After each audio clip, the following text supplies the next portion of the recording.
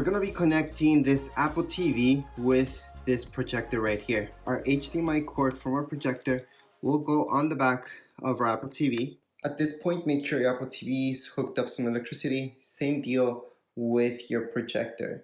Then we're just gonna turn them on.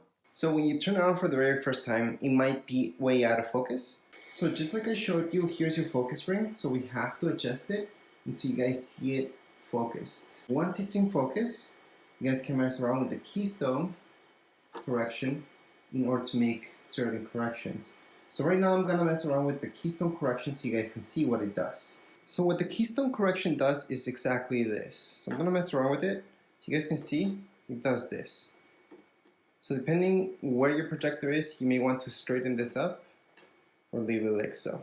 So we're gonna leave it right now like this. So with your remote control or right from your projector, you guys can tap on source, and we have to look for a source. So what we have to choose is source HD1. So we're just gonna click on source again so we see HD1, and that's the source for our Apple TV at this point, or whatever you guys want to hook up. So if you guys want to change sources, you always have to press source. You guys can scroll down or press source again, source again, source again, but you can't just leave it on top of one. You have to press OK.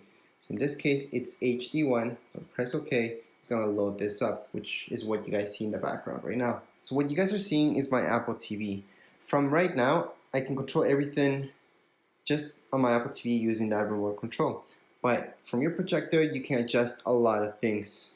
You guys can bring up your volume. So you can get kind of an idea of the volume of this. Let's scroll down. You guys hear that? That's the max volume from our projector. Okay, so that's the max volume that we have. So other things you guys should know is from your menu. Menu is very important. So right now, we can pick whether we want this as standard mode or we can switch it up. So let's just switch that up, press OK on it. We can just change it with the sides of our controller. So we can go side to side. So let's just go to the side. You can go user. We can switch it to vivid or standard. So it depends. The user one, I think it's the best one because that's where you guys can adjust anything you want. So if you want your brightness to go up and you always want your brightness to be the highest as possible, for example. So right now, we aren't in a very dark room.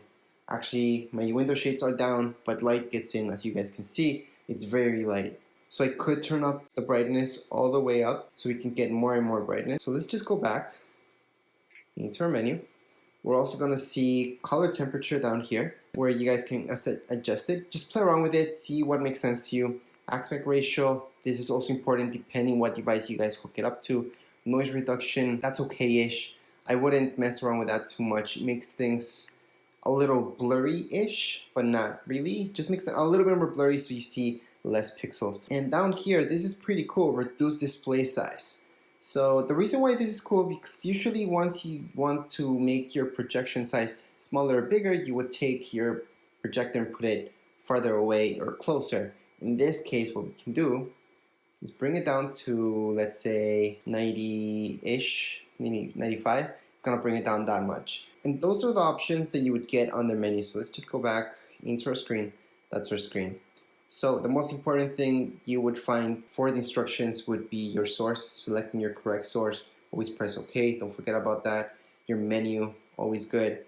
Sometimes, yes, during a presentation or before you begin a presentation, a lot of you may want to mute this so it doesn't get in your way, just in case. Other than that, that's it for this really basic setup tutorial. If you guys have any questions, comments, you guys can write down here in the comments area.